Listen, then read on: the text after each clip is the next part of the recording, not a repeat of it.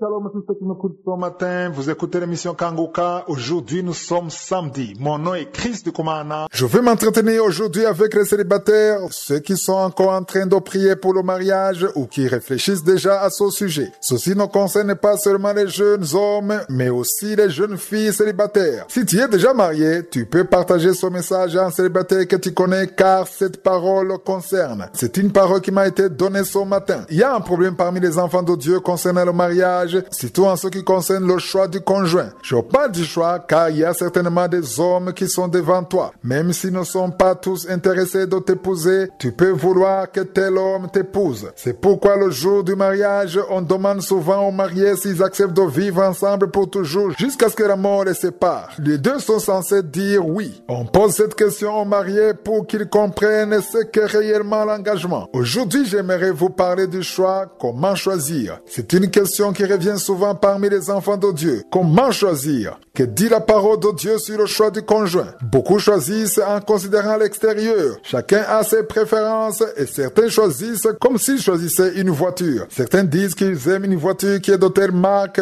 d'autres disent qu'ils aiment la maison qui est de telle façon. Et ce qui est étonnant, c'est que certains choisissent une femme comme s'ils choisissaient une voiture. Le mariage, c'est quelque chose qui est différent d'une voiture. La voiture, si tu l'as choisie et qu'après tu te rends compte qu'elle n'est pas vraiment comme tu le voulais, tu peux toujours la vendre ou en acheter une autre, ou bien tout simplement tu peux la donner à quelqu'un d'autre. Mais le mariage, ce n'est pas ça. Le mariage, c'est une alliance. C'est une alliance, c'est un engagement sacré. Vous devenez une sœur chère. Ce n'est pas parce que tu trouves que ton conjoint n'est pas comme tu veux et que tu peux décider de tout laisser tomber. C'est pourquoi il faut prier avant de t'engager. Jeudi de la semaine prochaine, je vais vous montrer comment prier pour ceux qui ne sont pas encore mariés. Priez en vous conformant à la parole de Dieu. Concernant le choix du conjoint, j'aimerais montrer une parole qui se trouve dans Proverbe 19, verset 14 qui dit « On peut hériter de ses pères une maison et des richesses, mais une femme intelligente est un don de l'Éternel. » Tes parents peuvent te donner une maison, une voiture, des richesses, de l'argent, mais une femme intelligente est donnée par Dieu. Pourquoi on ne dit pas juste une femme, mais on ajoute une femme intelligente ou sage? Ça veut dire qu'il y a une femme que la Bible appelle intelligente ou sage et une autre femme que la Bible considère qu'elle n'est pas sage ou intelligente. De quelle intelligence parle-t-on ici? Lisons dans ce même livre des Proverbes. Dans Proverbe 31, verset 30, il est écrit « La grâce est trompeuse et la beauté est vaine. La femme qui craint l'Éternel est celle qui sera louée. » Quand la Bible parle d'une femme intelligente, elle parle en réalité d'une femme qui craint Dieu. C'est ce que je veux dire aujourd'hui aux hommes célibataires qui me suivent. Si tu veux te marier, dans tout ce que tu demandes, dans tout ce que tu regardes, dans tout ce que tu considères, commence par la crainte de Dieu. Celle qui craint Dieu, c'est celle que la Bible appelle don. Quand on dit qu'une femme est un don, ça veut dire qu'elle sera pour toi une bénédiction sans considérer les faiblesses qu'elle pourrait avoir. Je ne suis pas en train de parler aux hommes seulement, mais ce message concerne aussi les filles. Si tu es en train de prier pour trouver un homme qui va t'épouser, dans tout ce que tu mets en avant la crainte de Dieu. Demande à Dieu de te donner un homme qui craint Dieu, car même quand il y aura des tempêtes, quand il y aura des problèmes, et il faut attendre à ce qu'il y ait des problèmes, la personne qui craint Dieu aura une grande richesse en elle. Lorsque tu crains Dieu, Dieu reste dans ton mariage. C'est ce que vous devez mettre en avant plutôt que de considérer les choses extérieures, la beauté extérieure. Je ne dis pas que la beauté n'est pas importante, mais ce n'est pas elle qui doit venir en avant. Craindre Dieu, c'est ce qui doit venir en premier lieu. C'était le message que je voulais vous partager aujourd'hui. Peut-être que ceux qui sont concernés ont entendu le message. Jeudi de la semaine prochaine, je vous dirai comment prier en se basant sur ce que dit la parole de Dieu. Nous sommes dans la deuxième partie. Nous continuons l'enseignement que j'ai appelé la délivrance de la peur. Hier, nous avons vu une histoire qui se trouve dans la Bible. Jésus a dit à ses disciples de prendre la barque et d'aller à l'autre bord. C'est écrit dans Marc 4, verset 35. Nous avons vu que Jésus leur a donné une promesse. Il leur a dit, passons à l'autre bord. C'était une promesse. Il l'a dit, mais ils n'ont pas prêté attention. Je veux que vous compreniez qu'il y a des promesses que nous avons en tant qu'enfants de Dieu, mais ce qui arrive souvent, c'est que nous ne faisons pas attention à cela. Il y a beaucoup de promesses dans la Bible. Ils y sont pas milliers, ça concerne tous ceux qui croient, mais nous ne faisons pas attention à cela. Il est donc important de connaître la parole de Dieu, connaître quelles sont nos promesses en tant qu'enfants de Dieu. Dans cette histoire, nous voyons Jésus donner à ses disciples une promesse. Ils sont donc monter dans la barque, dans le bateau. Le verset 37 dit, il s'éleva un grand tourbillon et les flots se jetaient dans la barque au point qu'elle se remplissait déjà. Le premier miracle qui s'est passé, c'est que la barque n'a pas coulé parce que Jésus était dedans. Nous devons comprendre que lorsque Jésus est impliqué dans une chose, peu importe de quoi il s'agit, la chose ne peut pas couler et ne peut pas couler car si Jésus est là, il y a une protection.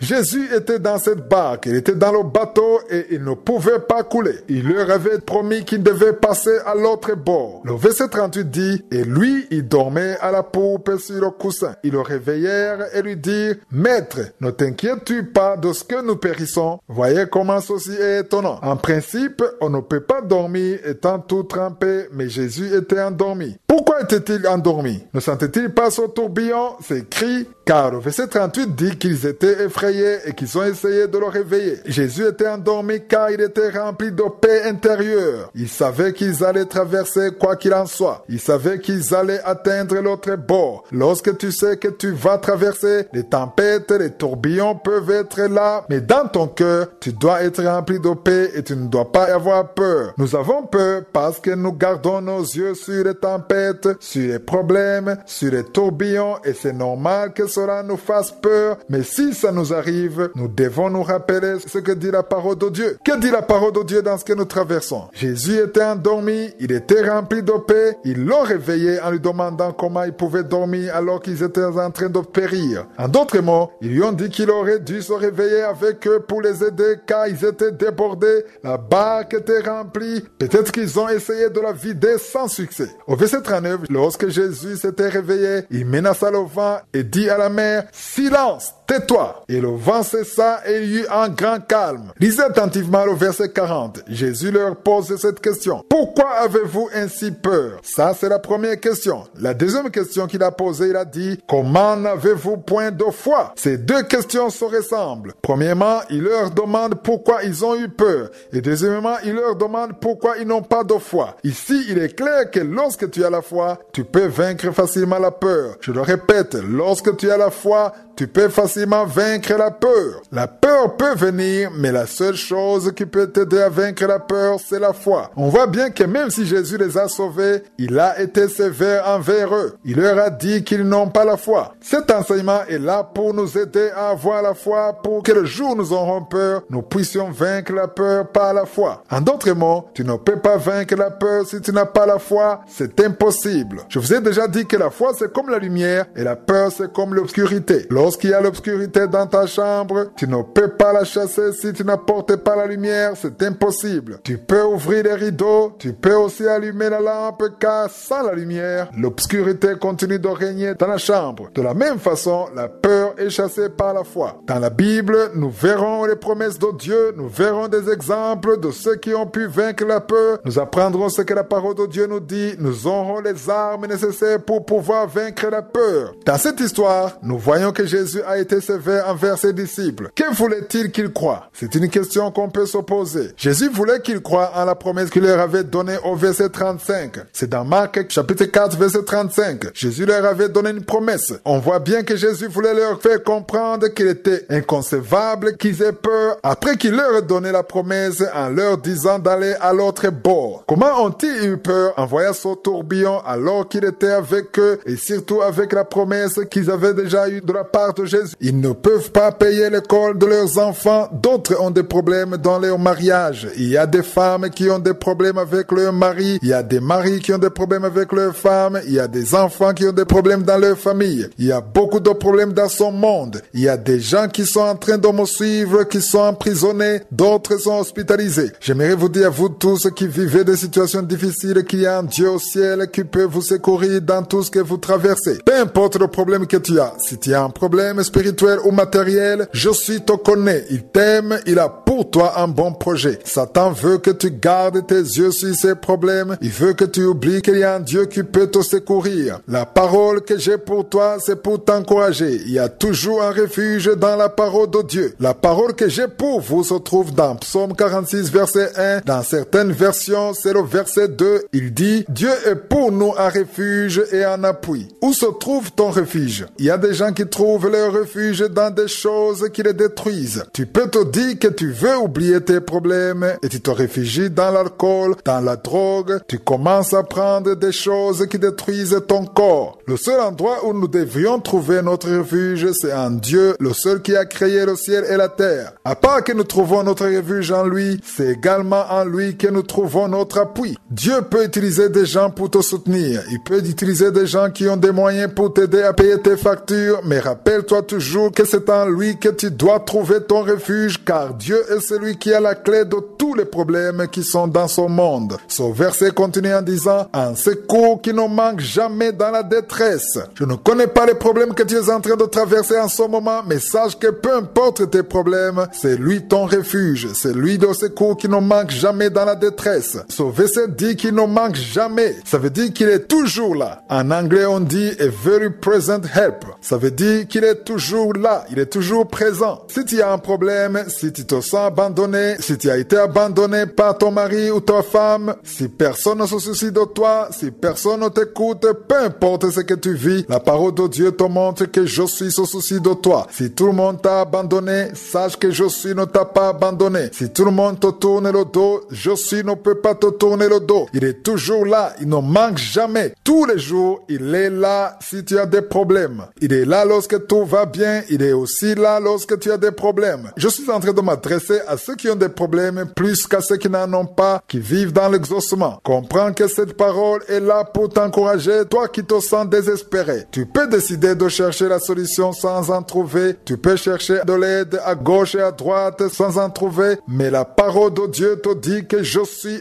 là et il te voit. Ce n'est pas juste pour te remonter le moral, mais c'est la vérité. Je suis là pour te dire que la parole de Dieu est la vérité. Si tu crois que la parole de Dieu est la vérité, sache que je suis est avec toi. C'est en lui que tu dois te confier. Aujourd'hui, je veux t'encourager, toi qui ne veux plus prier. Ils sont nombreux à ne plus vouloir prier. Tu ne pries plus. Avant, tu préparais la journée, mais maintenant, tu ne le fais plus. Avant, tu avais la foi, mais maintenant, tu n'en as plus. Tu te sens seul, personne ne te comprend, mais j'aimerais te dire qu'il y a un Dieu qui te connaît. Fortifie-toi dans la foi, retourne dans la prière, recommence à te lever très tôt le matin. Si avant tu jeûnais et que tu as abandonné la prière, c'est le moment de recommencer. Accepte de t'approcher encore de Dieu. Il n'y a nulle part où il y a la réponse et la solution à part dans la prière. Cesse de te lamenter, cesse de dire de mauvaises paroles. Satan veut que tu dises de mauvaises paroles. Les mêmes paroles de découragement que tu prononces, il les utilise pour détruire ta vie. Change. Que là où il y avait les lamentations, il y ait l'action de grâce. Rends grâce à Dieu même si tu ne vois rien. Rends grâce à Dieu parce qu'il est Dieu. Rends-lui grâce parce qu'il est celui qui te nourrit, celui qui te donne la force, celui qui t'a créé. Il a pour toi un bon avenir. Il a pour toi de bons projets. Dès ce jour, change de langage, que ta journée se termine sur ton action de grâce. Dis à Dieu qu'il est ton Dieu. Si tu étais retourné dans le péché à cause du désespoir, répands-toi. Reviens à Dieu et approche-toi de lui, il tracera pour toi le chemin. Comme dans la deuxième partie, comme je vous l'ai dit hier, nous avons commencé un nouvel enseignement que j'ai appelé la délivrance de la peur. Hier, je vous ai montré le verset sur lequel nous allons nous appuyer. C'est un verset qui donne le ton à cet enseignement. C'est le psaume 34, verset 4. Dans certaines versions, il s'agit du verset 5. Ce verset dit, « J'ai cherché l'Éternel et il m'a répondu. Il m'a délivré de toutes mes frayeurs. » C'est sur ce verset que je veux beaucoup m'appuyer au début de cet enseignement, car je souhaite réellement que toute personne qui se sent liée par la peur, qu'à la fin de cet enseignement, il soit délivré de la peur. La peur se manifeste de plusieurs manières, mais quoi qu'il en soit, la peur reste la peur. Parfois, tu peux voir une personne qui a peur et tu commences à te moquer de lui en considérant que ce n'est rien, que ce n'est pas important parce que pour toi c'est rien. Tu peux penser que ce qui lui fait peur n'est pas vraiment grave comparé à ce que tu as vécu. Ça veut tout simplement dire que tu es à un niveau où tu as déjà dépassé ce qui lui fait peur. Mais lui, il est encore à son niveau. Tu ne dois pas te moquer de lui, mais comprends plutôt que c'est son niveau. Il a besoin d'être aidé comme toi aussi tu as été aidé. Pour toute personne qui me suit, sache qu'il y a quelque chose qui peut te faire peur d'une manière ou d'une autre. Je veux qu'on comprenne qu'avoir peur, c'est normal. Tout le monde peut avoir peur, sauf peut-être une personne qui est inconsciente, qui ne se soucie de rien. S'il y a quelque chose qui a de la valeur pour toi et que ça rencontre un problème, évidemment, tu vas avoir peur. Si ta femme est importante pour toi et si un problème lui arrive, tu vas avoir peur. Tu vas avoir peur de la perdre. Même chose si c'est ton enfant. Si ton enfant est malade, tu vas avoir peur de le voir mourir. Ton travail que tu aimes, qui te nourrit, si tu vois qu'il y a un problème entre toi et ton patron, ou si tes collègues peuvent mal agir en ton égard, tu peux avoir peur de perdre ton travail. Toute chose qui a de la valeur pour toi, si ça rencontre un problème, tu vas avoir peur et c'est normal. Je veux qu'on comprenne que même si la peur vient, cet enseignement n'est pas là pour vous dire de ne plus avoir peur, mais cet enseignement est là pour vous dire de ne pas accepter d'être dominé par la peur. C'est pourquoi j'ai appelé cet enseignement la délivrance de la peur. Lorsque tu obtiens la délivrance de la peur, tu n'es plus esclave de la peur. La peur vient, mais tu es capable de la vaincre avec la parole de Dieu. Je veux qu'on comprenne que nous tous qui croyons en Dieu, nous sommes dans un combat spirituel. Je vous montre souvent un verset qui se trouve dans Ephésiens 6, verset 12, qui dit « Nous n'avons pas à lutter contre la chair et le sang, mais contre les dominations, contre les autorités, contre les princes de ce monde de ténèbres, contre les esprits méchants dans les lieux célestes. » Il y a des démons, des sorciers, des féticheurs, des esprits qui sont là pour combattre les enfants de Dieu et c'est spirituellement que nous devons les combattre. L'une des flèches que Satan utilise, c'est la peur. La peur est une arme puissante que Satan utilise pour combattre les enfants de Dieu. Il est donc important de savoir que lorsque tu as un ennemi, car ce verset nous dit que nous avons un ennemi, il est important de connaître les tactiques de combat de ton ennemi, les armes qu'il utilise. Si tu es en guerre contre lui, il faut connaître ses stratégies et ses faiblesses. Satan lui aussi agit ainsi. Il sait qu'il est en guerre contre le peuple de Dieu et il connaît déjà les faiblesses des enfants de Dieu. L'une des choses que Satan utilise, c'est l'arme qui s'appelle la peur. Tu ne peux pas vaincre la peur si tu n'utilises pas l'arme qui s'appelle le bouclier, car dans Ephésiens 6, verset 16, on nous parle du bouclier qui est la foi. Tu ne peux pas arrêter les flèches enflammées de Satan si tu n'as pas la foi. Satan va utiliser la peur en passant par tes pensées. S'il t'a déjà vaincu dans tes pensées, il t'a déjà eu. Mais si tu es capable de le vaincre dans les pensées, si tu arrives à bloquer les mauvaises pensées, tu vas vaincre la peur. Avant que cela n'arrive dans ton cœur, ça commence dans ton intelligence. Il faut le comprendre. Ça commence dans ton intelligence avant d'arriver dans le cœur. Il va te montrer que ta vie va s'arrêter, que tu vas mourir. Il ne te montrera que de mauvaises choses, jamais de bonnes choses. Je ne sais pas si vous l'avez déjà remarqué dans votre vie. Dieu met devant nous de bonnes choses car nous le verrons. Il nous a fait des promesses. Cependant, nous nous retrouvons souvent à mettre de l'énergie dans les mauvaises choses de Satan plutôt que de penser aux promesses de Dieu. Pense aux promesses de Dieu et si tu y crois, tu verras que tu vas commencer à vaincre la peur. Nous devons apprendre de la vie des serviteurs de Dieu qui sont cités dans la Bible. Parmi eux, il y a Moïse. Ces serviteurs de Dieu priaient chaque fois le matin et ce n'était pas de leur propre volonté, mais Dieu leur parlait quand ils étaient encore au lit de se lever le matin pour aller à la montagne. J'aime beaucoup le deuxième verset de Exode 34. Il est possible, si on lit ce verset, que Moïse était déjà couché et que Dieu lui a parlé en disant « Sois près de bonne heure et tu monteras dès le matin sur la montagne de Sinaï, tu te tiendras là devant moi sur le sommet de la montagne. » Vous devez comprendre par là que Moïse entendait et comprenait bien la voix de Dieu. Il avait entendu. C'est pourquoi il a écrit que c'est la voix de Dieu qui lui parlait. Les mystères que Dieu voulait lui révéler, il n'a pas voulu les lui dire au lit. Il fallait qu'il se lève, qu'il aille au sommet de la montagne. C'était dans l'Ancien Testament. Aujourd'hui, nous n'avons pas besoin d'aller au mont Sinaï ou sur une autre montagne. Il faut juste aller dans un endroit isolé. Moïse n'est pas allé en bas de la montagne, au milieu de la montagne, mais Dieu lui a dit d'aller au sommet de la montagne. Ce qui veut dire qu'il a fallu qu'il monte. Il est allé dans un endroit où il n'y avait personne. Si vous continuez à lire au verset 3, il est écrit que personne ne monte avec toi et que personne ne paraisse sur toute la montagne et même que ni brebis ni bœufs ne paissent près de cette montagne. Vous devez comprendre que lorsque vous vous réveillez le matin, avant d'aller au travail ou à l'école, ou même si tu restes à la maison avant de faire tes activités quotidiennes, la première chose que Josué veut que tu fasses, c'est que tu sois à part, dans un endroit isolé, seul avec Dieu. C'est pourquoi Moïse a reçu beaucoup de révélations. Jésus-Christ aussi faisait la même chose. Si vous lisez dans Marc chapitre 1 verset 35,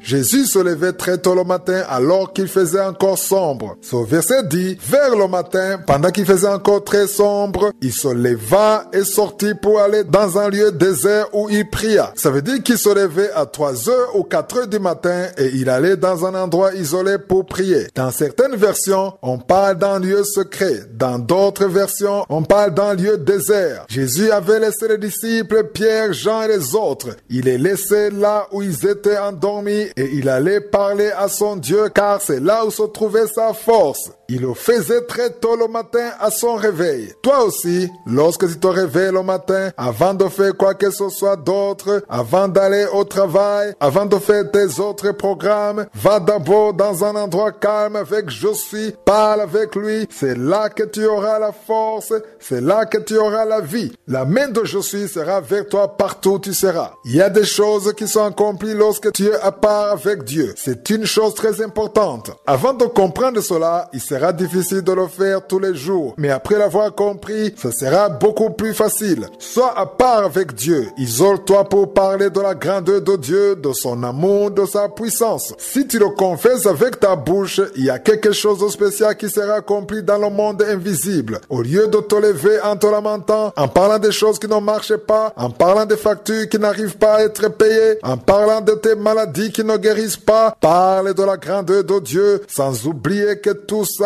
tu peux le dire, mais dans l'humilité. Rends grâce à Dieu parce qu'il est capable de te faire sortir de là. Change de langage. Commence toujours la journée avec je suis dans la prière et que cela soit ta vie. Il est très important de savoir que lorsque tu sors de la maison, tu as déjà parlé à Dieu, tu as déjà donné ton action de grâce, tu as déjà donné ton sacrifice dans la foi, dans le nom de Jésus. Ainsi, tu obtiens la victoire étant encore à la maison.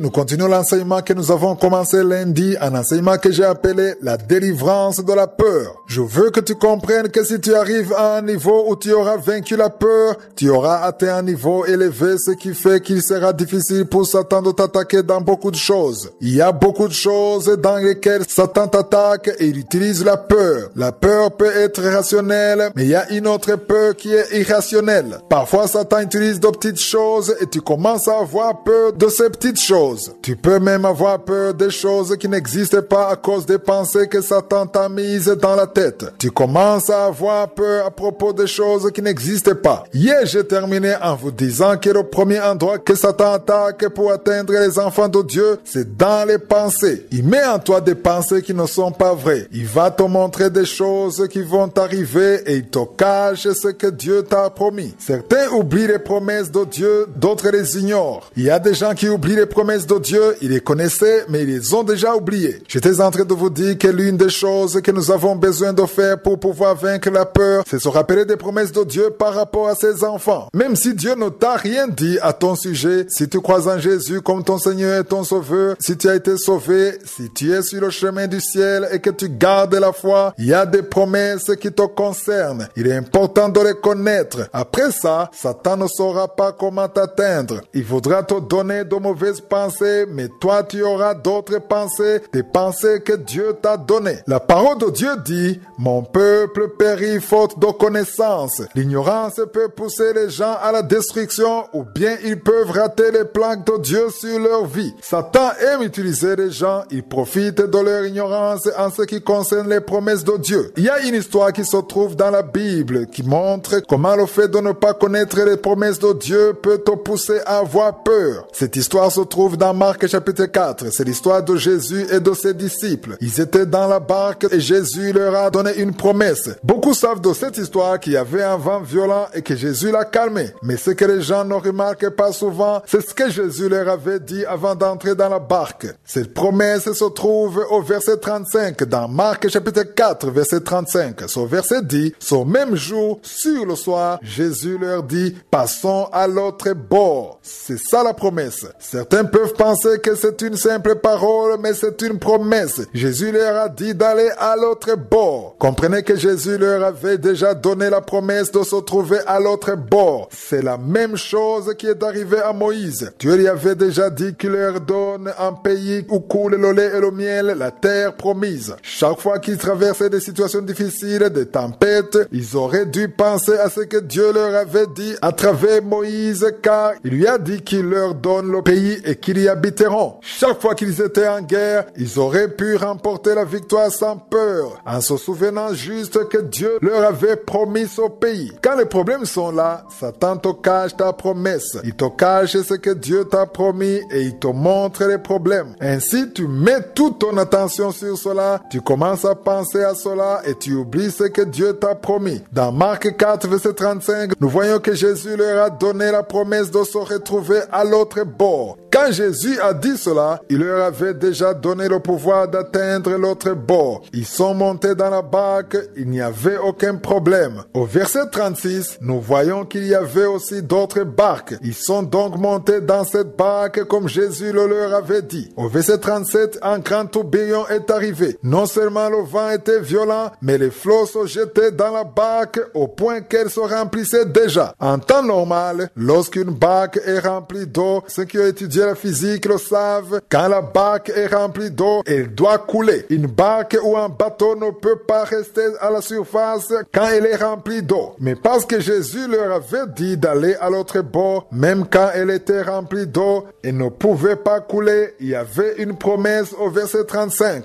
Je veux que tu comprennes que peu importe ce que tu vis, peu importe comment la situation se présente, rappelle-toi juste de la promesse que Dieu t'a faite. Si cette promesse existe, rien ne peut l'empêcher d'arriver à part toi. Nous sommes dans la deuxième partie. Nous continuons l'enseignement que j'ai appelé la délivrance de la peur. Hier, nous avons vu une histoire qui se trouve dans la Bible. Jésus a dit à ses disciples de prendre la barque et d'aller à l'autre bord. C'est écrit dans Marc 4, verset 35. Nous avons vu que Jésus leur a donné une promesse. Il leur a dit, passons à l'autre bord. C'était une promesse. Il l'a dit, mais ils n'ont pas prêté attention. Je veux que vous compreniez qu'il y a des promesses que nous avons en tant qu'enfants de Dieu, mais ce qui arrive souvent, c'est que nous ne faisons pas attention à cela. Il y a beaucoup de promesses dans la Bible. Ils y sont pas milliers, ça concerne tous ceux qui croient, mais nous ne faisons pas attention à cela. Il est donc important de connaître la parole de Dieu, connaître quelles sont nos promesses en tant qu'enfants de Dieu. Dans cette histoire, nous voyons Jésus donner à ses disciples une promesse. Ils sont donc montés dans la barque, dans le bateau. Le verset 37 dit, il s'élève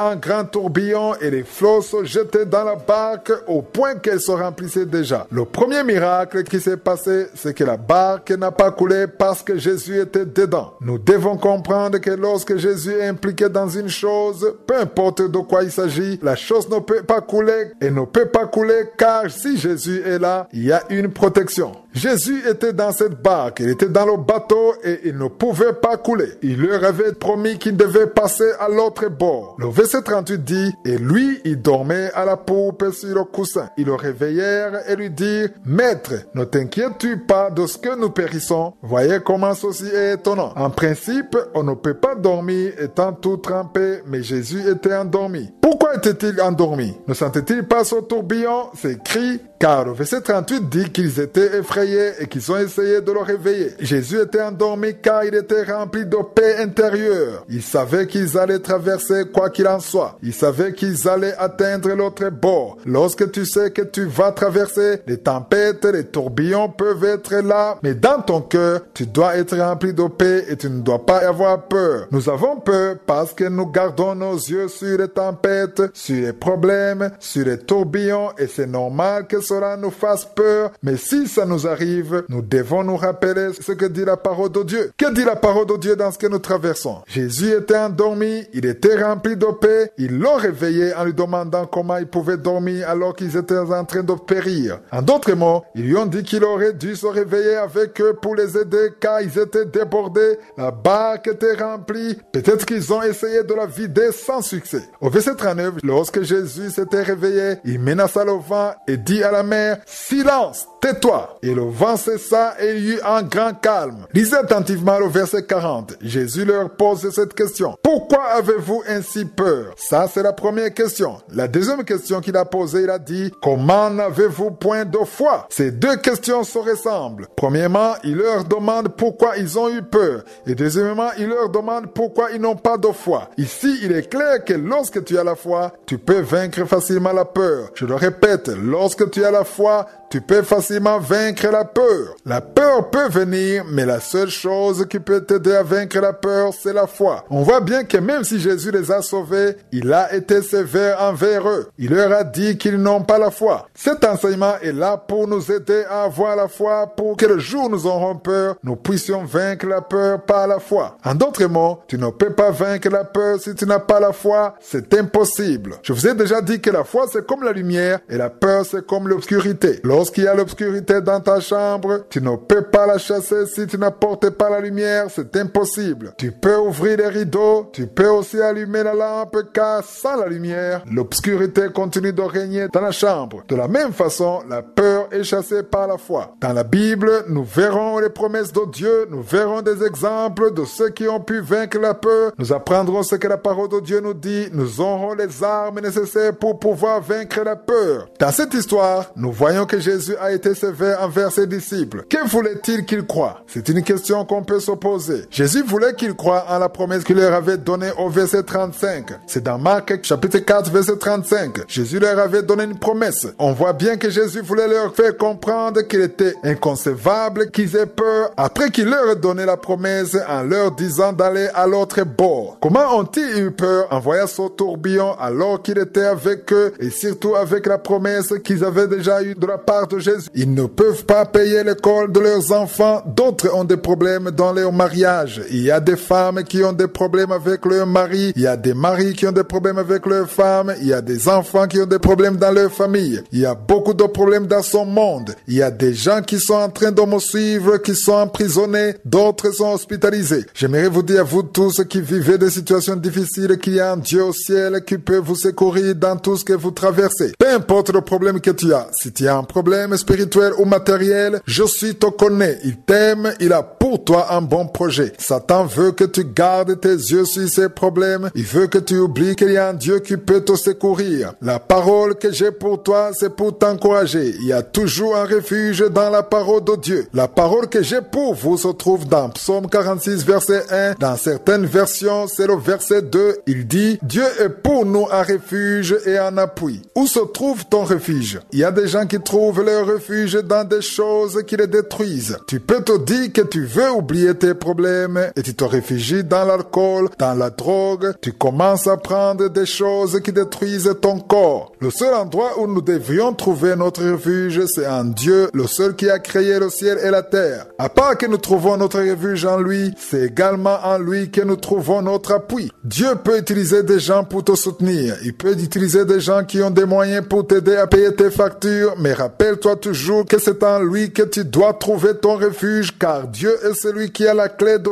tous les problèmes qui sont dans son monde. Ce verset continue en disant, un secours qui ne manque jamais dans la détresse. Je ne connais pas les problèmes que tu es en train de traverser en ce moment, mais sache que peu importe tes problèmes, c'est lui ton refuge. C'est lui le secours qui ne manque jamais dans la détresse. Ce verset dit qu'il ne manque jamais. Ça veut dire qu'il est toujours là. En anglais, on dit a very present help. Ça veut dire qu'il est toujours là. Il est toujours présent. Si tu as un problème, si tu te sens abandonné, si tu as été abandonné par ton mari ou ta femme, si personne ne se soucie de toi, si personne ne t'écoute, peu importe ce que tu vis, la parole de Dieu te montre que je suis au souci de toi. Si tout le monde t'a abandonné, sache que je suis ne t'a pas abandonné. Si tout le monde te tourne le dos, je suis ne peut pas te tourner le dos. Il est toujours là. Il ne manque jamais. Tous les jours, il est là si tu as des problèmes. Il est là lorsque tout va bien. Il est aussi là lorsque tu as des problèmes. Je suis en train de m'adresser à ceux qui ont des problèmes plus qu'à ceux qui n'en ont pas, qui vivent dans l'exaucement. Comprends que cette parole est là pour t'encourager, toi qui te sens désespéré. Tu peux décider de chercher la solution sans en trouver. Tu peux chercher de l'aide à gauche et à droite sans en trouver. Mais la parole de Dieu te dit que je suis là et il te voit. Ce n'est pas juste pour te remonter le moral, mais c'est la vérité. Je suis là pour te dire que la parole de Dieu est la vérité. Si tu crois que la parole de Dieu est la vérité, sache sache que Josué est avec toi. C'est en lui que tu dois te confier. Aujourd'hui, je veux t'encourager, toi qui ne veux plus prier. Ils sont nombreux à ne plus vouloir prier. Tu ne pries plus. Avant, tu préparais la journée, mais maintenant, tu ne le fais plus. Avant, tu avais la foi, mais maintenant, tu n'en as plus. Tu te sens seul, personne ne te comprend, mais j'aimerais te dire qu'il y a un Dieu qui te connaît. Fortifie-toi dans la foi, retourne dans la prière, recommence à te lever très tôt le matin. Si avant tu jeûnais et que tu as abandonné la prière, c'est le moment de recommencer. Accepte de t'approcher encore de Dieu. Il n'y a nulle part où il y a la réponse et la solution à part dans la prière. Cesse de te lamenter, cesse de dire de mauvaises paroles. Satan veut que tu dises de mauvaises paroles. Les mêmes paroles de découragement que tu prononces, il les utilise pour détruire ta vie. Change.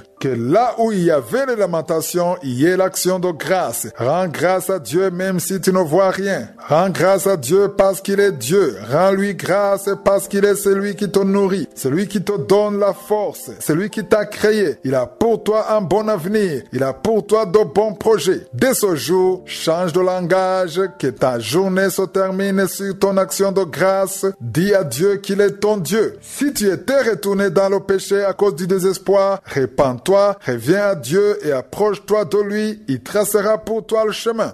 Donc dans la deuxième partie, comme je vous l'ai dit hier, nous avons commencé un nouvel enseignement que j'ai appelé la délivrance de la peur. Hier, je vous ai montré le verset sur lequel nous allons nous appuyer. C'est un verset qui donne le ton à cet enseignement, c'est le psaume 34, verset 4. Dans certaines versions, il s'agit du verset 5. Ce verset dit, « J'ai cherché l'Éternel et il m'a répondu, il m'a délivré de toutes mes frayeurs. » C'est sur ce verset que je veux beaucoup m'appuyer au début de cet enseignement, car je souhaite réellement que toute personne qui se sent liée par la peur, qu'à la fin de cet enseignement, il soit délivré de la peur. La peur se manifeste de plusieurs manières, mais quoi qu'il en soit, la peur reste la peur. Parfois, tu peux voir une personne qui a peur et tu commences à te moquer de lui en considérant que ce n'est rien, que ce n'est pas important parce que pour toi c'est rien. Tu peux penser que ce qui lui fait peur n'est pas vraiment grave comparé à ce que tu as vécu. Ça veut tout simplement dire que tu es à un niveau où tu as déjà dépassé ce qui lui fait peur.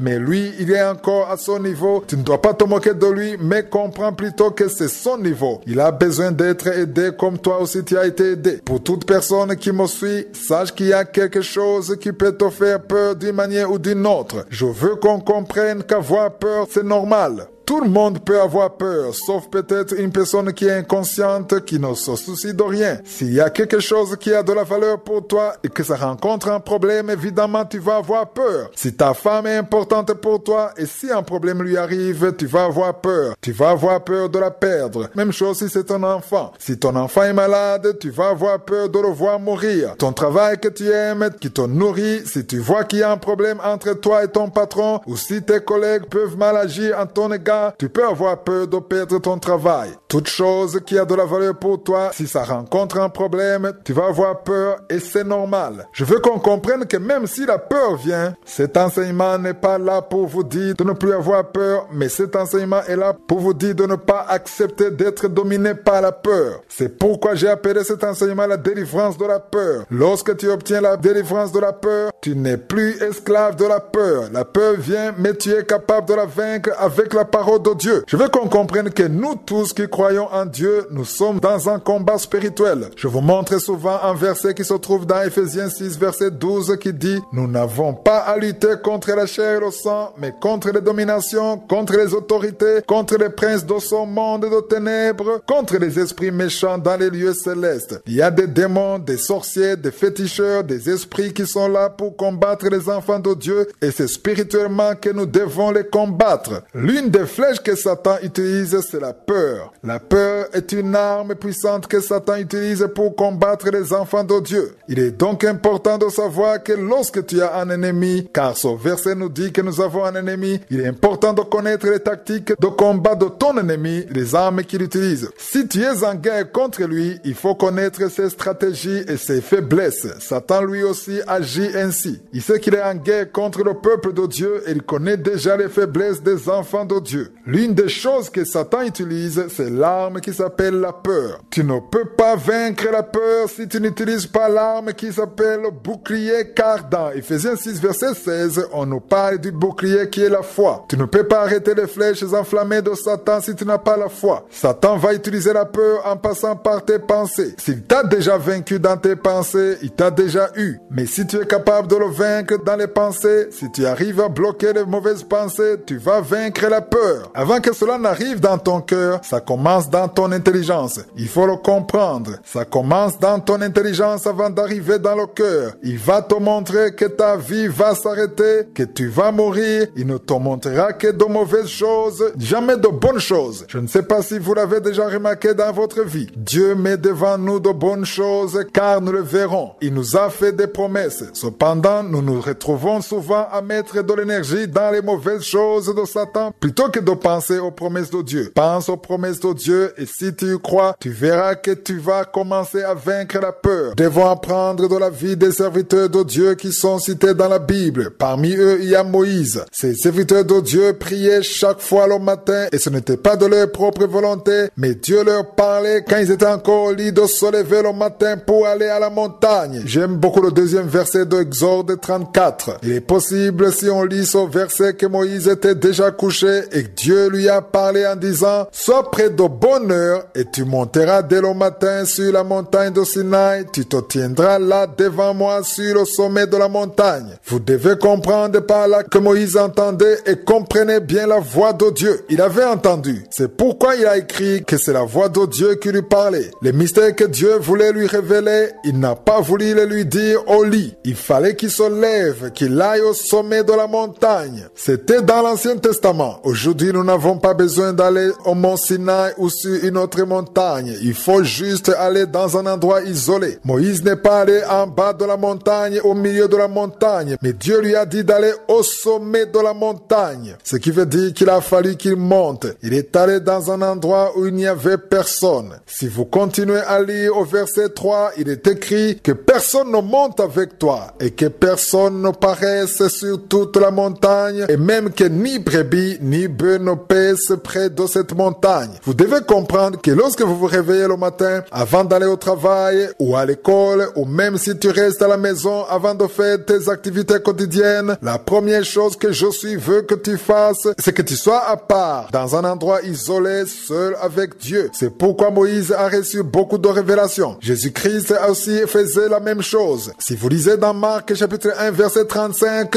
Jésus se levait très tôt le matin alors qu'il faisait encore sombre. Ce verset dit, vers le matin, pendant qu'il faisait encore très sombre, il se leva et sortit pour aller dans un lieu désert où il pria. Ça veut dire qu'il se levait à 3 heures ou 4 heures du matin et il allait dans un endroit isolé pour prier. Dans certaines versions, on parle d'un lieu secret. Dans d'autres versions, on parle d'un lieu désert. Jésus avait laissé les disciples, Pierre, Jean et les autres. Il les laissait là où ils étaient endormis et il allait parler à son Dieu car c'est là où se trouvait sa force. Il le faisait très tôt le matin à son réveil. Toi aussi, lorsque tu te réveilles le matin, avant de faire quoi que ce soit d'autre, avant d'aller au travail, avant de faire tes autres programmes, va d'abord dans un endroit calme avec Josué, parle avec lui. C'est là que tu auras la force, c'est là que tu auras la vie. La main de Josué sera vers toi partout où tu seras. Il y a des choses qui sont accomplies lorsque tu es à part avec Dieu. C'est une chose très importante. Avant de comprendre cela, il sera difficile de le faire tous les jours. Mais après l'avoir compris, ce sera beaucoup plus facile. Sois à part avec Dieu. Isole-toi pour parler de la grandeur de Dieu, de son amour, de sa puissance. Si tu le confesses avec ta bouche, il y a quelque chose de spécial qui sera accompli dans le monde invisible. Au lieu de te lever en te lamentant, en parlant des choses qui ne marchent pas, en parlant des factures qui n'arrivent pas à être payées, en parlant de tes maladies qui ne guérissent pas, parle de la grandeur de Dieu, sans oublier que tout ça, tu peux le dire, mais dans l'humilité. Rends grâce à Dieu parce qu'il est capable de te faire sortir de là. Change de langage. Commence toujours la journée avec je suis dans la prière et que cela soit ta vie. Il est très important de savoir que lorsque tu sors de la maison, tu as déjà parlé à Dieu, tu as déjà donné ton action de grâce, tu as déjà donné ton sacrifice dans la foi, dans le nom de Jésus. Ainsi, tu obtiens la victoire étant encore à la maison.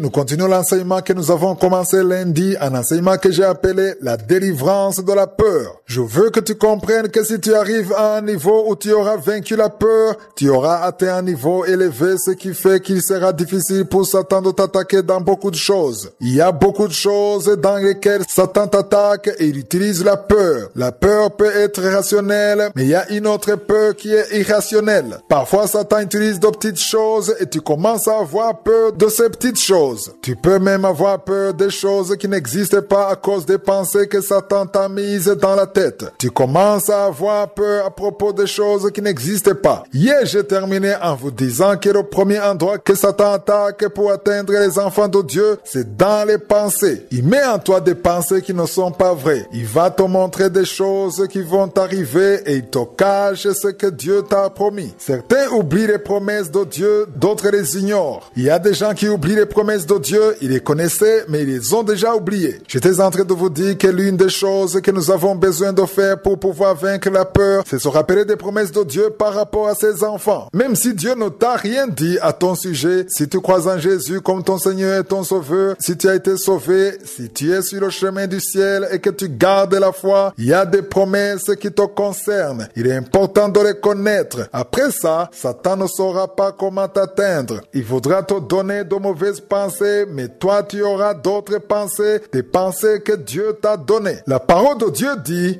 mon peuple périt faute de connaissance. L'ignorance peut pousser les gens à la destruction ou bien ils peuvent rater les plans de Dieu sur leur vie. Satan aime utiliser les gens, il profite de leur ignorance en ce qui concerne les promesses de Dieu. Il y a une histoire qui se trouve dans la Bible qui montre comment le fait de ne pas connaître les promesses de Dieu peut te pousser à avoir peur. Cette histoire se trouve dans Marc chapitre 4. C'est l'histoire de Jésus et de ses disciples. Ils étaient dans la barque et Jésus leur a donné une promesse. Beaucoup savent de cette histoire qu'il y avait un vent violent et que Jésus l'a calmé. Mais ce que les gens ne remarquent pas souvent, c'est ce que Jésus leur avait dit avant d'entrer dans la barque. Cette promesse se trouve au verset 35 dans Marc chapitre 4 verset 35. Ce verset dit, ce même jour, sur le soir, Jésus leur dit, passons à l'autre bord. C'est ça la promesse. Certains peuvent penser que c'est une simple parole, mais c'est une promesse. Jésus leur a dit d'aller à l'autre bord. Comprenez que Jésus leur avait déjà donné la promesse de se trouver à l'autre bord. C'est la même chose qui est arrivée à Moïse. Dieu lui avait déjà dit qu'il leur donne un pays où coule le lait et le miel, la terre promise. Chaque fois qu'ils traversaient des situations difficiles, des tempêtes, ils auraient dû penser à ce que Dieu leur avait dit à travers Moïse, car il lui a dit qu'il leur donne le pays et qu'ils y habiteront. Chaque fois qu'ils étaient en guerre, ils auraient pu remporter la victoire sans peur, en se souvenant juste que Dieu leur avait promis ce pays. Quand les problèmes sont là, Satan te cache ta promesse. Il te cache ce que Dieu t'a promis et il te montre les problèmes. Ainsi, tu mets toute ton attention sur cela, tu commences à penser à cela et tu oublies ce que Dieu t'a promis. Dans Marc 4, verset 35, nous voyons que Jésus leur a donné la promesse de se retrouver à l'autre bord. Quand Jésus a dit cela, il leur avait déjà donné le pouvoir d'atteindre l'autre bord. Ils sont montés dans la barque, il n'y avait aucun problème. Au verset 36, nous voyons qu'il y avait aussi d'autres barques. Ils sont donc montés dans cette barque comme Jésus le leur avait dit. Au verset 37, un grand tourbillon est arrivé. Non seulement le vent était violent, mais les flots se jetaient dans la barque au point qu'elle se remplissait déjà. En temps normal, lorsqu'une barque est remplie d'eau, ceux qui ont étudié la physique le savent, quand la barque est remplie d'eau, elle doit couler. Une barque ou un bateau ne peut pas rester à la surface quand elle est remplie d'eau. Mais parce que Jésus leur avait dit d'aller à l'autre bord, même quand elle était remplie d'eau, elle ne pouvait pas couler. Il y avait une promesse au verset 35.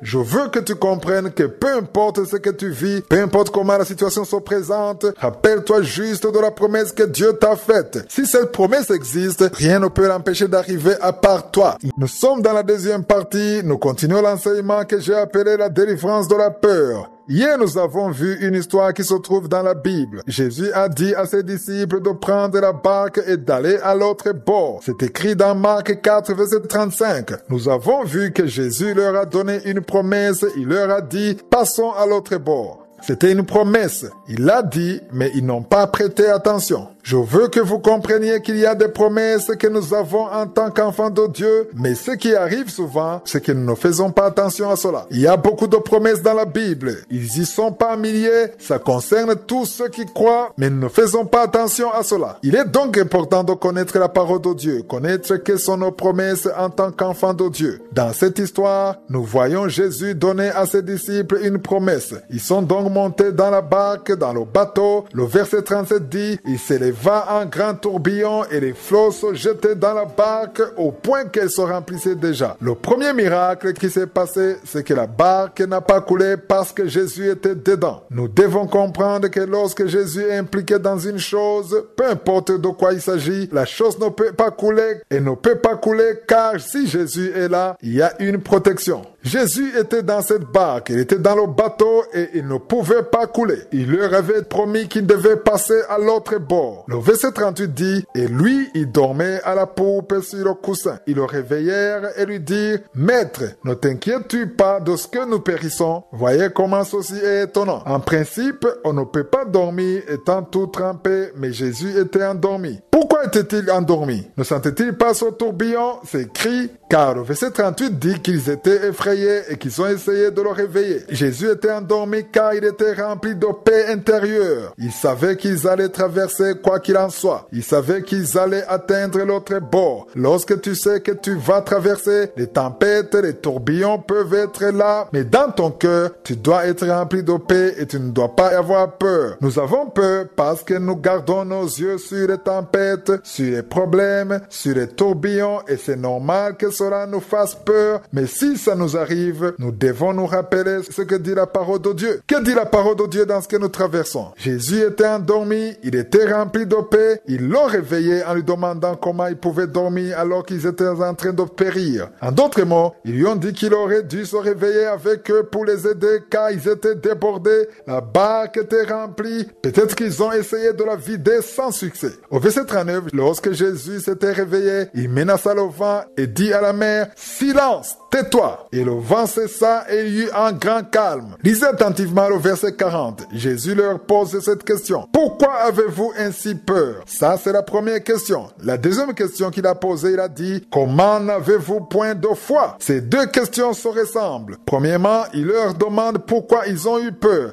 Et deuxièmement, il leur demande pourquoi ils n'ont pas de foi. Ici, il est clair que lorsque tu as la foi, tu peux vaincre facilement la peur. Je le répète, lorsque tu as la foi, tu peux facilement vaincre la peur. La peur peut venir, mais la seule chose qui peut t'aider à vaincre la peur, c'est la foi. On voit bien que même si Jésus les a sauvés, il a été sévère envers eux. Il leur a dit qu'ils n'ont pas la foi. Cet enseignement est là pour nous aider à avoir la foi, pour que le jour où nous aurons peur, nous puissions vaincre la peur par la foi. En d'autres mots, tu ne peux pas vaincre la peur si tu n'as pas la foi. C'est impossible. Je vous ai déjà dit que la foi, c'est comme la lumière et la peur, c'est comme l'obscurité. Lorsqu'il y a l'obscurité dans ta chambre, tu ne peux pas la chasser si tu n'apportes pas la lumière, c'est impossible. Tu peux ouvrir les rideaux, tu peux aussi allumer la lampe, car sans la lumière, l'obscurité continue de régner dans la chambre. De la même façon, la peur est chassée par la foi. Dans la Bible, nous verrons les promesses de Dieu, nous verrons des exemples de ceux qui ont pu vaincre la peur, nous apprendrons ce que la parole de Dieu nous dit, nous aurons les armes nécessaires pour pouvoir vaincre la peur. Dans cette histoire, nous voyons que Jésus a été sévère envers ses disciples. Que voulait-il qu'ils croient? C'est une question qu'on peut se poser. Jésus voulait qu'ils croient en la promesse qu'il leur avait donnée au verset 35. C'est dans Marc chapitre 4 verset 35. Jésus leur avait donné une promesse. On voit bien que Jésus voulait leur faire comprendre qu'il était inconcevable qu'ils aient peur après qu'il leur ait donné la promesse en leur disant d'aller à l'autre bord. Comment ont-ils eu peur en voyant ce tourbillon alors qu'il était avec eux et surtout avec la promesse qu'ils avaient déjà eue de la part de Jésus? Ils ne peuvent pas payer l'école de leurs enfants. D'autres ont des problèmes dans leur mariage. Il y a des femmes qui ont des problèmes avec leur mari. Il y a des maris qui ont des problèmes avec leurs femmes. Il y a des enfants qui ont des problèmes dans leur famille. Il y a beaucoup de problèmes dans son son monde. Il y a des gens qui sont en train de me suivre, qui sont emprisonnés, d'autres sont hospitalisés. J'aimerais vous dire à vous tous qui vivez des situations difficiles qu'il y a un Dieu au ciel qui peut vous secourir dans tout ce que vous traversez. Peu importe le problème que tu as, si tu as un problème spirituel ou matériel, Jésus te connaît, il t'aime, il a pour toi un bon projet. Satan veut que tu gardes tes yeux sur ces problèmes, il veut que tu oublies qu'il y a un Dieu qui peut te secourir. La parole que j'ai pour toi, c'est pour t'encourager. Il y a toujours un refuge dans la parole de Dieu. La parole que j'ai pour vous se trouve dans Psaume 46, verset 1. Dans certaines versions, c'est le verset 2. Il dit, Dieu est pour nous un refuge et un appui. Où se trouve ton refuge? Il y a des gens qui trouvent leur refuge dans des choses qui les détruisent. Tu peux te dire que tu veux oublier tes problèmes et tu te réfugies dans l'alcool, dans la drogue. Tu commences à prendre des choses qui détruisent ton corps. Le seul endroit où nous devrions trouver notre refuge, c'est en Dieu, le seul qui a créé le ciel et la terre. À part que nous trouvons notre refuge en lui, c'est également en lui que nous trouvons notre appui. Dieu peut utiliser des gens pour te soutenir. Il peut utiliser des gens qui ont des moyens pour t'aider à payer tes factures, mais rappelle-toi toujours que c'est en lui que tu dois trouver ton refuge, car Dieu est celui qui a la clé de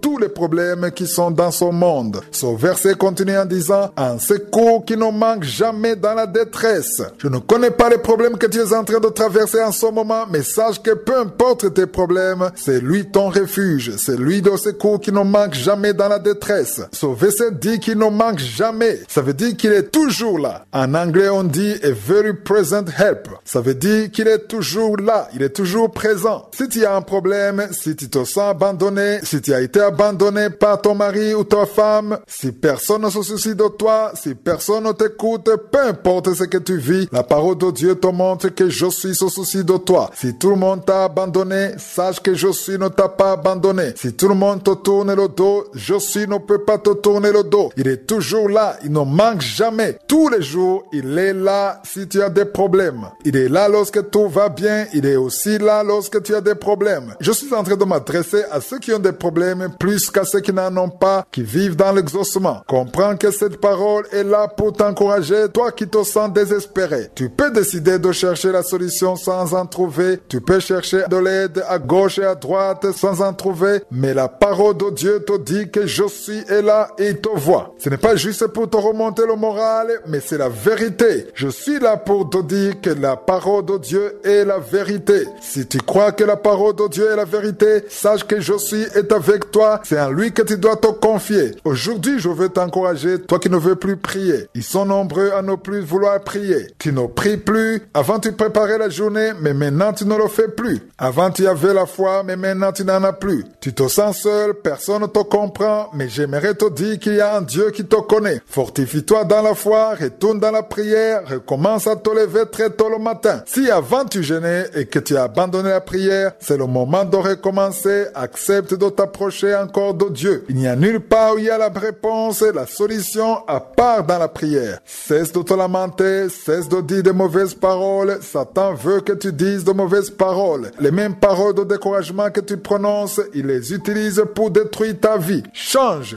Que là où il y avait les lamentations, il y ait l'action de grâce. Rends grâce à Dieu même si tu ne vois rien. Rends grâce à Dieu parce qu'il est Dieu. Rends-lui grâce parce qu'il est celui qui te nourrit, celui qui te donne la force, celui qui t'a créé. Il a pour toi un bon avenir. Il a pour toi de bons projets. Dès ce jour, change de langage, que ta journée se termine sur ton action de grâce. Dis à Dieu qu'il est ton Dieu. Si tu étais retourné dans le péché à cause du désespoir, repens-toi.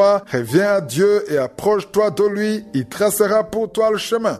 Comme dans la deuxième partie, comme je vous l'ai dit hier, nous avons commencé un nouvel enseignement que j'ai appelé la délivrance de la peur. Hier, je vous ai montré le verset sur lequel nous allons nous appuyer. C'est un verset qui donne le ton à cet enseignement. C'est le psaume 34, verset 4. Dans certaines versions, il s'agit du verset 5. Ce verset dit, « J'ai cherché l'Éternel et il m'a répondu. Il m'a délivré de toutes mes frayeurs. » C'est sur ce verset que je veux beaucoup m'appuyer au début de cet enseignement car je souhaite réellement que toute personne qui se sent liée par la peur, qu'à la fin de cet enseignement, il soit délivré de la peur. La peur se manifeste de plusieurs manières, mais quoi qu'il en soit, la peur reste la peur. Parfois, tu peux voir une personne qui a peur et tu commences à te moquer de lui en considérant que ce n'est rien, que ce n'est pas important parce que pour toi c'est rien. Tu peux penser que ce qui lui fait peur n'est pas vraiment grave comparé à ce que tu as vécu. Ça veut tout simplement dire que tu es à un niveau où tu as déjà dépassé ce qui lui fait peur. Mais lui, il est encore à son niveau. Tu ne dois pas te moquer de lui, mais comprends plutôt que c'est son niveau. Il a besoin d'être aidé comme toi aussi tu as été aidé. Pour toute personne qui me suit, sache qu'il y a quelque chose qui peut te faire peur d'une manière ou d'une autre. Je veux qu'on comprenne qu'avoir peur, c'est normal. Tout le monde peut avoir peur, sauf peut-être une personne qui est inconsciente, qui ne se soucie de rien. S'il y a quelque chose qui a de la valeur pour toi et que ça rencontre un problème, évidemment, tu vas avoir peur. Si ta femme est importante pour toi et si un problème lui arrive, tu vas avoir peur. Tu vas avoir peur de la perdre. Même chose si c'est ton enfant. Si ton enfant est malade, tu vas avoir peur de le voir mourir. Ton travail que tu aimes, qui te nourrit, si tu vois qu'il y a un problème entre toi et ton patron, ou si tes collègues peuvent mal agir en ton égard, tu peux avoir peur de perdre ton travail. Toute chose qui a de la valeur pour toi, si ça rencontre un problème, tu vas avoir peur et c'est normal. Je veux qu'on comprenne que même si la peur vient, cet enseignement n'est pas là pour vous dire de ne plus avoir peur, mais cet enseignement est là pour vous dire de ne pas accepter d'être dominé par la peur. C'est pourquoi j'ai appelé cet enseignement la délivrance de la peur. Lorsque tu obtiens la délivrance de la peur, tu n'es plus esclave de la peur. La peur vient, mais tu es capable de la vaincre avec la parole de Dieu. Je veux qu'on comprenne que nous tous qui croyons en Dieu, nous sommes dans un combat spirituel. Je vous montre souvent un verset qui se trouve dans Ephésiens 6, verset 12 qui dit « Nous n'avons pas à lutter contre la chair et le sang, mais contre les dominations, contre les autorités, contre les princes de ce monde de ténèbres, contre les esprits méchants dans les lieux célestes. » Il y a des démons, des sorciers, des féticheurs, des esprits qui sont là pour combattre les enfants de Dieu et c'est spirituellement que nous devons les combattre. L'une des flèche que Satan utilise, c'est la peur. La peur est une arme puissante que Satan utilise pour combattre les enfants de Dieu. Il est donc important de savoir que lorsque tu as un ennemi, car ce verset nous dit que nous avons un ennemi, il est important de connaître les tactiques de combat de ton ennemi, les armes qu'il utilise. Si tu es en guerre contre lui, il faut connaître ses stratégies et ses faiblesses. Satan lui aussi agit ainsi. Il sait qu'il est en guerre contre le peuple de Dieu et il connaît déjà les faiblesses des enfants de Dieu. L'une des choses que Satan utilise, c'est l'arme qui s'appelle la peur. Tu ne peux pas vaincre la peur si tu n'utilises pas l'arme qui s'appelle le bouclier, car dans Ephésiens 6, verset 16, on nous parle du bouclier qui est la foi. Tu ne peux pas arrêter les flèches enflammées de Satan si tu n'as pas la foi. Satan va utiliser la peur en passant par tes pensées. S'il t'a déjà vaincu dans tes pensées, il t'a déjà eu. Mais si tu es capable de le vaincre dans les pensées, si tu arrives à bloquer les mauvaises pensées, tu vas vaincre la peur. Avant que cela n'arrive dans ton cœur, ça commence dans ton intelligence. Il faut le comprendre. Ça commence dans ton intelligence avant d'arriver dans le cœur. Il va te montrer que ta vie va s'arrêter, que tu vas mourir. Il ne te montrera que de mauvaises choses, jamais de bonnes choses. Je ne sais pas si vous l'avez déjà remarqué dans votre vie. Dieu met devant nous de bonnes choses car nous le verrons. Il nous a fait des promesses. Cependant, nous nous retrouvons souvent à mettre de l'énergie dans les mauvaises choses de Satan plutôt que de penser aux promesses de Dieu. Pense aux promesses de Dieu et si tu y crois, tu verras que tu vas commencer à vaincre la peur. Nous devons apprendre de la vie des serviteurs de Dieu qui sont cités dans la Bible. Parmi eux, il y a Moïse. Ces serviteurs de Dieu priaient chaque fois le matin et ce n'était pas de leur propre volonté, mais Dieu leur parlait quand ils étaient encore au lit de se lever le matin pour aller à la montagne. J'aime beaucoup le deuxième verset de Exode 34. Il est possible, si on lit ce verset, que Moïse était déjà couché et que Dieu lui a parlé en disant « Sois près de bonne heure et tu monteras dès le matin sur la montagne de Sinaï, tu te tiendras là devant moi sur le sommet de la montagne. » Vous devez comprendre par là que Moïse entendait et comprenait bien la voix de Dieu. Il avait entendu. C'est pourquoi il a écrit que c'est la voix de Dieu qui lui parlait. Les mystères que Dieu voulait lui révéler, il n'a pas voulu les lui dire au lit. Il fallait qu'il se lève, qu'il aille au sommet de la montagne. C'était dans l'Ancien Testament. Aujourd'hui, Aujourd'hui, nous n'avons pas besoin d'aller au mont Sinaï ou sur une autre montagne. Il faut juste aller dans un endroit isolé. Moïse n'est pas allé en bas de la montagne, au milieu de la montagne, mais Dieu lui a dit d'aller au sommet de la montagne. Ce qui veut dire qu'il a fallu qu'il monte. Il est allé dans un endroit où il n'y avait personne. Si vous continuez à lire au verset 3, il est écrit que personne ne monte avec toi et que personne ne paraisse sur toute la montagne et même que ni brebis ni bœufs ne paissent près de cette montagne. Vous devez comprendre que lorsque vous vous réveillez le matin avant d'aller au travail ou à l'école ou même si tu restes à la maison avant de faire tes activités quotidiennes, la première chose que Josué veut que tu fasses, c'est que tu sois à part, dans un endroit isolé, seul avec Dieu. C'est pourquoi Moïse a reçu beaucoup de révélations. Jésus-Christ aussi faisait la même chose. Si vous lisez dans Marc chapitre 1 verset 35, Jésus se levait très tôt le matin alors qu'il faisait encore sombre. Ce verset dit, vers le matin, pendant qu'il faisait encore très sombre, il se leva et sortit pour aller dans un lieu désert où il pria. Ça veut dire qu'il se levait à 3 heures ou 4 heures du matin et il allait dans un endroit isolé pour prier. Dans certaines versions, on parle d'un lieu secret. Dans d'autres versions, on parle d'un lieu désert. Jésus avait laissé les disciples, Pierre, Jean et les autres. Il les laissait là où ils étaient endormis et il allait parler à son Dieu car c'est là où se trouvait sa force. Il le faisait très tôt le matin à son réveil. Toi aussi, lorsque tu te réveilles le matin, avant de faire quoi que ce soit d'autre, avant d'aller au travail, avant de faire tes autres programmes, va d'abord dans un endroit calme avec Josué, parle avec lui. C'est là que tu auras la force, c'est là que tu auras la vie. La main de Josué sera vers toi partout où tu seras. Il y a des choses qui sont accomplies lorsque tu es à part avec Dieu. C'est une chose très importante. Avant de comprendre cela, il sera difficile de le faire tous les jours, mais après l'avoir compris, ce sera beaucoup plus facile. Sois à part avec Dieu. Isole-toi pour parler de la grandeur de Dieu, de son amour, de sa puissance. Si tu le confesses avec ta bouche, il y a quelque chose de spécial qui sera accompli dans le monde invisible. Au lieu de te lever en te lamentant, en parlant des choses qui ne marchent pas, en parlant des factures qui n'arrivent pas à être payées, en parlant de tes maladies qui ne guérissent pas, parle de la grandeur de Dieu, sans oublier que tout ça, tu peux le dire, mais dans l'humilité. Rends grâce à Dieu parce qu'il est capable de te faire sortir de là. Change de langage. Commence toujours la journée avec je suis dans la prière et que cela soit ta vie. Il est très important de savoir que lorsque tu sors de la maison, tu as déjà parlé à Dieu, tu as déjà donné ton action de grâce, tu as déjà donné ton sacrifice dans la foi, dans le nom de Jésus. Ainsi, tu obtiens la victoire étant encore à la maison.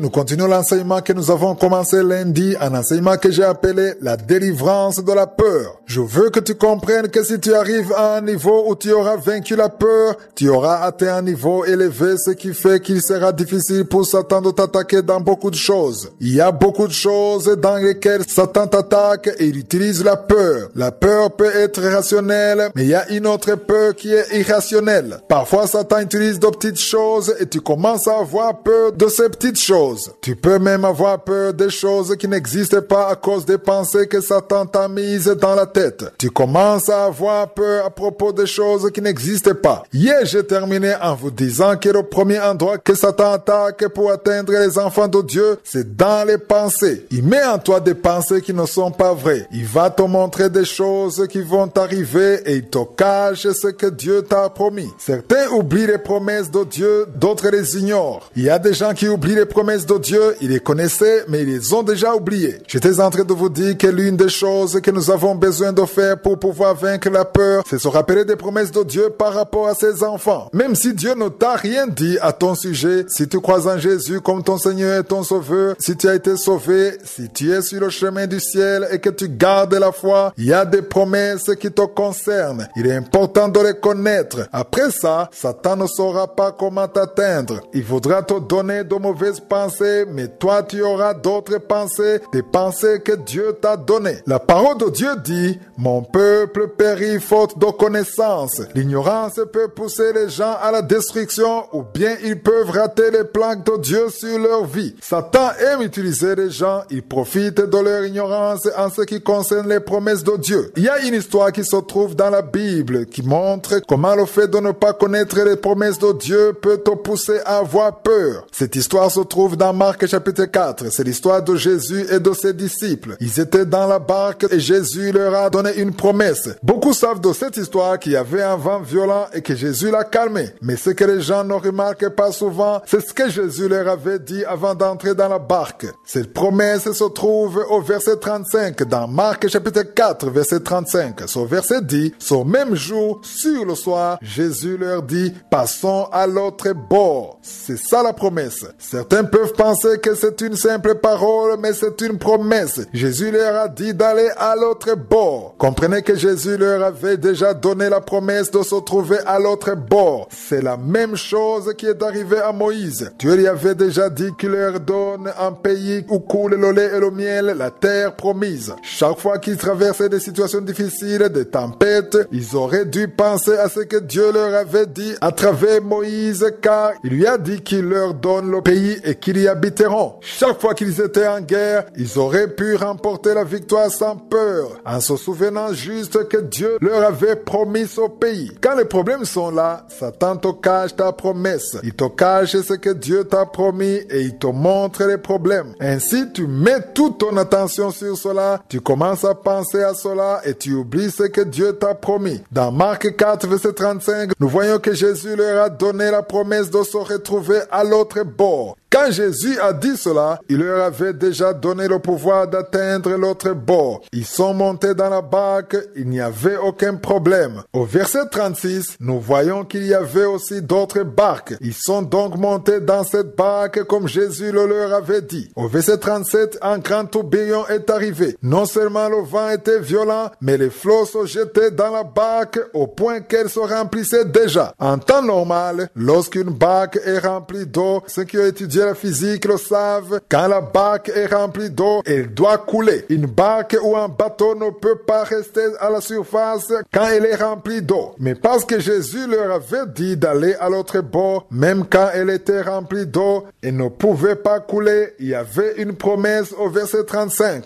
Je veux que tu comprennes que peu importe ce que tu vis, peu importe comment la situation se présente, rappelle-toi juste de la promesse que Dieu t'a faite. Si cette promesse existe, rien ne peut l'empêcher d'arriver à part toi.